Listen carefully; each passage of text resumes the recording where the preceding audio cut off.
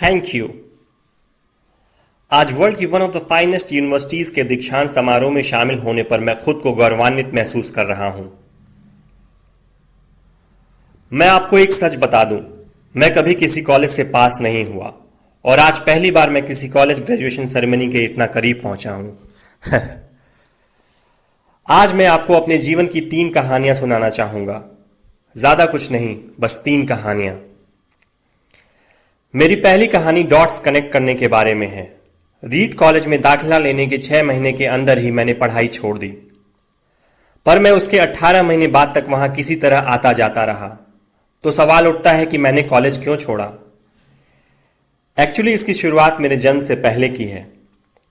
मेरी biological mother एक young unmarried graduate student थी और वह मुझे किसी और को एडॉप्शन के लिए देना चाहती थी, पर उनकी एक ख्वाहिश थी।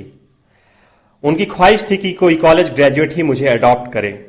सब कुछ बिल्कुल सेट था और मैं एक वकील और उसकी वाइफ के द्वारा अडॉप्ट किया जाने वाला था कि अचानक मुझे देखकर उस कपल ने अपना विचार बदल दिया और डिसाइड किया कि उन्हें लड़का नहीं लड़की चाहिए। इसलिए तब आधी रात को मेरे पेरेंट्स, जो तब वेटिंग लिस्ट में थे, उन्हें कॉल करके बोला गया कि हमारे पास एक बेबी बॉय है, क्या आप उसे गोद लेना चाहेंगे? और उन्होंने झट से हां कर दी। पर बाद में मेरी बायोलॉजिकल मदर को पता चला कि मेरी मां ग्रेजुएट नहीं है और पिता तो हाई स्कूल पास भी नहीं है। इसलिए उन्होंने अडॉप्शन पेपर साइन करने से मना कर दिया। पर कुछ महीनों बाद मेरे होने वाले पेरेंट्स के मुझे कॉलेज भेजने के प्रॉमिस के बाद वो मान गई। तो मेरी जिंदगी की शुरुआत कुछ इस तरह हुई और 17 साल बाद मैं कॉलेज गया। पर गलती से मैंने स्टैनफोर्ड जितना ही महंगा कॉलेज चुन लिया। मेरे वर्किंग क्लास पेरेंट्स की सारी जमा पूंजी मेरी पढ़ाई में जाने लगी। 6 महीने बाद मुझे इस पढ़ाई में कोई वैल्यू नहीं दिखी। मुझे कुछ आइडिया नहीं था कि मैं अपनी जिंदगी में क्या करना चाहता हूं और कॉलेज मुझे किस तरह से इसमें हेल्प करेगा। और ऊपर से मैं अपने पेरेंट्स की जीवन भर की कमाई खर्च करते जा रहा था। इसलिए मैंने कॉलेज ड्रॉप आउट करने का निर्णय लिया और सोचा जो होगा अच्छा होगा। उस समय तो यह सब कुछ मेरे लिए काफी डरावना था, पर जब मैं पीछे मुड़कर देखता हूं तो मुझे लगता है कि यह मेरी जिंदगी का one of the best decision था। जैसे ही मैंने कॉलेज छोड़ा, मेरे ऊपर से जरूरी क्लासेस करने की बाध्यता खत्म हो गई और मैं चुपचाप सिर्फ अपने इंटरेस्ट की क्लासेस करने लगा। यह सब कुछ इतना आसान नहीं था। मेरे पास रहने के लिए कोई रूम नहीं था, इसलिए मुझे दोस्तों के रूम में फर्श पर सोना पड़ता था। मैं कोक की बोतल लौटाने पर मिलने वाले पैसों से खाना खाता था। मैं हर संडे 7 मील पैदल चलकर हरे कृष्णा टेम्पल जाता था ताकि कम से कम हफ्ते में एक दिन पेट भर के खाना खा सकूं। यह मुझे काफी अच्छा लगता था। मैंने अपनी लाइफ में जो कुछ भी अपनी क्यूरियोसिटी और इंट्यूशन की वजह से किया, वह बाद में मेरे लिए प्राइसलेस साबित हुआ। Let me give an example. उस समय रीड कॉलेज शायद दुनिया की सबसे अच्छी जगह थी जहां कैलीग्राफी सिखाई जाती थी। पूरे कैंपस में हर एक पोस्टर, हर एक लेबल बड़ी खूबसूरती से हाथों से कैलीग्राफ किया होता था। चूंकि मैं कॉलेज से ड्रॉप आउट कर चुका था, इसलिए मुझे नॉर्मल क्लासेस करने की कोई जरूरत नहीं थी। मैंने तय किया कि मैं कैलीग्राफी की क्लासेस करूंगा और इसे अच्छी तरह से सीखूंगा। मैंने सेरिफ और सैंस सेरिफ टाइप फेसेस के बारे में सीखा, अलग अलग लेटर कॉम्बिनेशन के बीच में स्पेस वेरी करना और किसी अच्छी टाइपोग्राफी को क्या चीज अच्छा बनाती है यह भी सीखा। यह खूबसूरत था, इतना आर्टिस्टिक था कि इसे साइंस द्वारा कैप्चर नहीं किया जा सकता और यह मुझे बेहद अच्छा लगता था। उस समय जरा सी भी उम्मीद नहीं थी कि मैं इन चीजों का यूज कभी अपनी लाइफ में करूंगा। लेकिन जब 10 साल बाद हम अपना पहला मैकिन्टॉश कंप्यूटर बना रहे थे, तब मैंने इसे मैक में डिजाइन कर दिया और मैक खूबसूरत टाइपोग्राफी युक्त दुनिया का पहला कंप्यूटर बन गया। अगर मैंने कॉलेज से ड्रॉप आउट नहीं किया होता तो मैक में कभी मल्टीपल टाइप फेसेस या प्रोपोर्शनली स्पेस्ड फॉन्ट्स नहीं होते और चूंकि विंडोज ने मैक की कॉपी की थी तो शायद किसी भी पर्सनल कंप्यूटर में ये चीजें नहीं होती।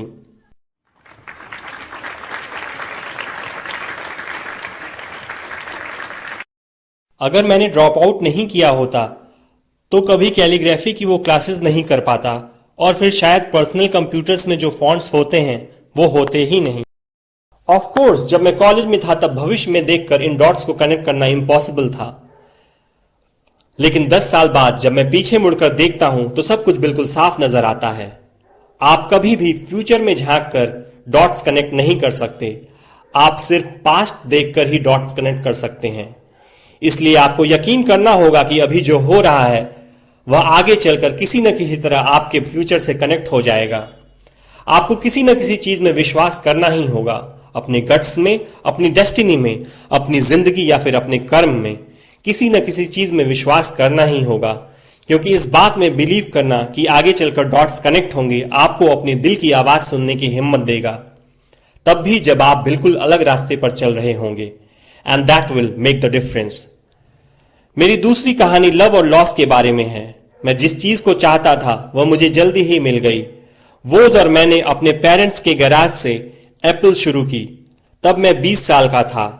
हमने बहुत मेहनत की और 10 साल में एप्पल 2 लोगों से बढ़कर $2 बिलियन और 4,000 लोगों की कंपनी हो गई। हमने अभी 1 साल पहले ही अपनी फाइनेस्ट क्रिएशन मैकिन्टॉश रिलीज की। मैं 30 का हो गया था और मुझे कंपनी से फायर कर दिया गया। आप अपनी ही बनाई हुई कंपनी से फायर कैसे हो सकते हैं? वेल, जब कंपनी ग्रो होने लगी तब हमने एक टैलेंटेड आदमी को हायर किया। मैंने सोचा कि वो मेरे साथ कंपनी रन करेगा। पहले 1 साल सब कुछ ठीक ठाक चला, लेकिन फिर कंपनी के फ्यूचर विजन को लेके हम दोनों में मतभेद होने लगे। बात बोर्ड ऑफ डायरेक्टर्स तक पहुंच गई और उन लोगों ने उसका साथ दिया। सो एट 30 मुझे निकाल दिया गया, पब्लिकली निकाल दिया गया। जो मेरी पूरी एडल्ट लाइफ का फोकस था वह अब खत्म हो चुका था और ये बिल्कुल ही तबाह करने वाला था। मुझे सचमुच अगले कुछ महीनों तक समझ ही नहीं आया कि मैं क्या करूं। मुझे महसूस हुआ कि ये सब कुछ इतनी आसानी से एक्सेप्ट करके मैंने अपने पहले की जनरेशन के एंटरप्रेन्योर्स को नीचा दिखाया है। मैं डेविड पैकर्ड और बॉब नॉयस से मिला और उनसे सब कुछ ऐसा हो जाने पर माफी मांगी। मैं एक बहुत बड़ा पब्लिक फेलियर था। एक बार तो मैंने वैली छोड़कर जाने की भी सोची, पर धीरे धीरे मुझे एहसास हुआ कि मैं जो काम करता हूं उसके लिए मैं अभी भी पैशनेट हूं। एप्पल में जो कुछ हुआ उसकी वजह से मेरे पैशन में जरा सी भी कमी नहीं आई है।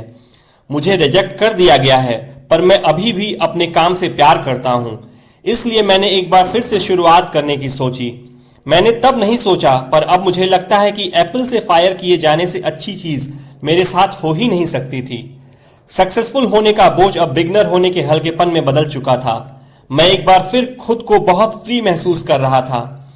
इस फ्रीडम की वजह से मैं अपनी लाइफ की सबसे क्रिएटिव फेज में आ पाया।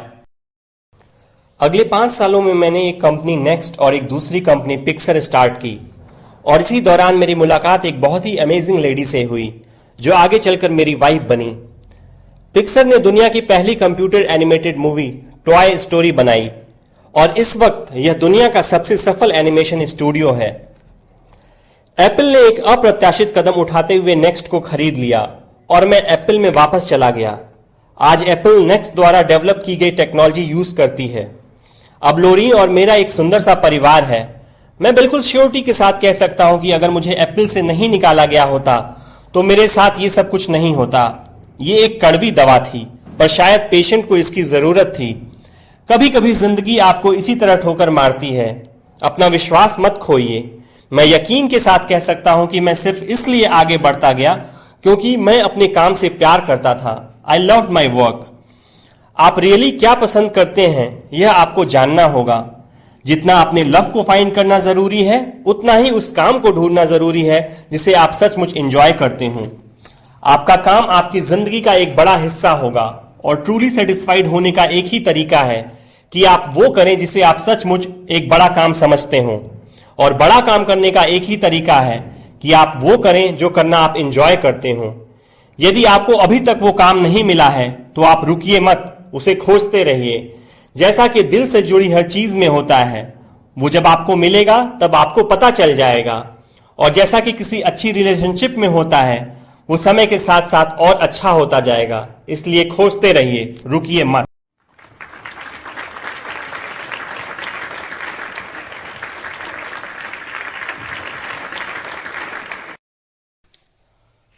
मेरी तीसरी कहानी डेथ के बारे में है। जब मैं 17 साल का था तो मैंने एक कोट पढ़ा था जो कुछ इस तरह था, यदि आप हर रोज ऐसे जिएं जैसे कि ये आपकी जिंदगी का आखिरी दिन है तो आप किसी न किसी दिन सही साबित हो जाएंगे।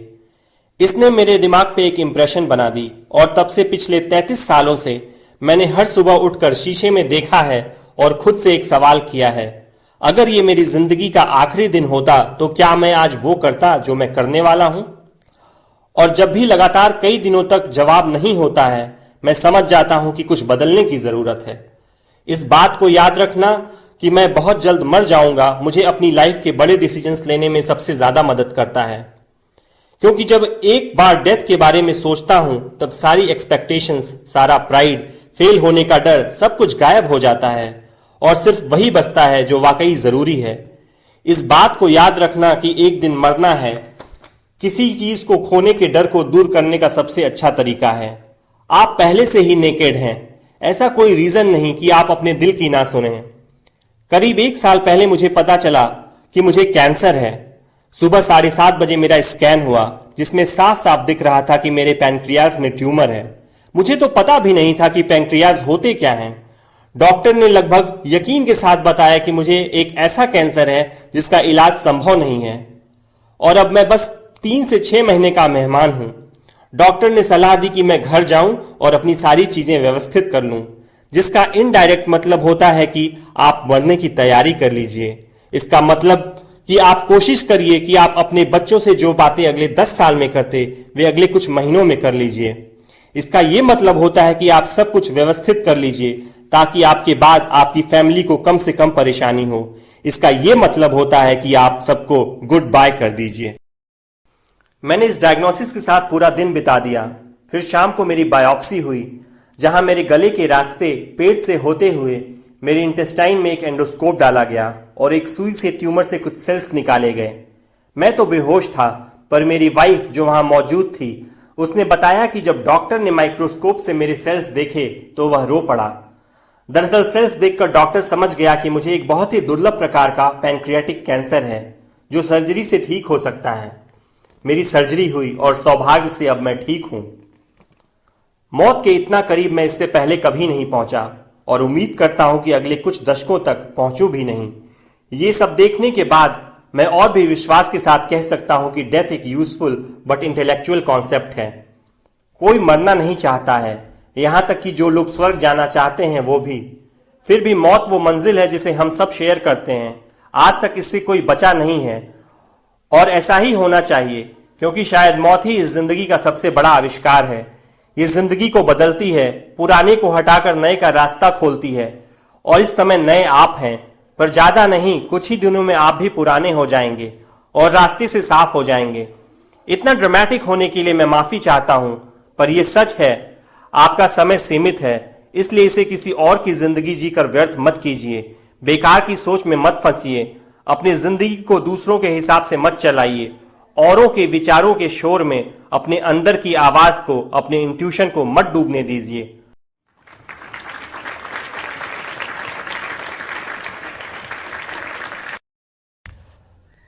जब मैं छोटा था तब एक अद्भुत publication the whole earth catalogue हुआ करता था, जो मेरी जनरेशंस की बाइबल्स में से एक था। इसे स्टुअर्ट ब्रांड नाम के एक व्यक्ति, जो यहां मेलॉन पार्क से ज्यादा दूर नहीं रहता था, ने बनाया था और इसने इसे अपना पोएटिक टच देके बड़ा ही जीवंत बना दिया था। ये 60 के दशक की बात है, जब कंप्यूटर और डेस्कटॉप पब्लिशिंग नहीं हुआ करती थी। पूरा कैटलॉग टाइपराइटर्स, सीजर्स और पोलराइड कैमरास की मदद से बनाया जाता था। वो कुछ ऐसा था मानो गूगल को एक बुक के फॉर्म में कर दिया गया हो, वो भी गूगल के आने के 35 साल पहले। वह एक आदर्श था, अच्छे टूल्स और महान विचारों से भरा हुआ था। स्टुअर्ट और उनकी टीम ने द होल अर्थ कैटलॉग के कई इश्यूज निकाले और अंत में एक फाइनल इशू निकाला। ये 70 के दशक का मध्य था और तब मैं आपके जितना था। फाइनल इशू के बैक कवर पे प्रातः काल की किसी सड़क का एक दृश्य था। वो कुछ ऐसी सड़क थी जिसपे आप एडवेंचरस हो तो किसी से लिफ्ट मांगना चाहेंगे, और इस पिक्चर के नीचे लिखा था स्टे हंग्री स्टे फुलिश।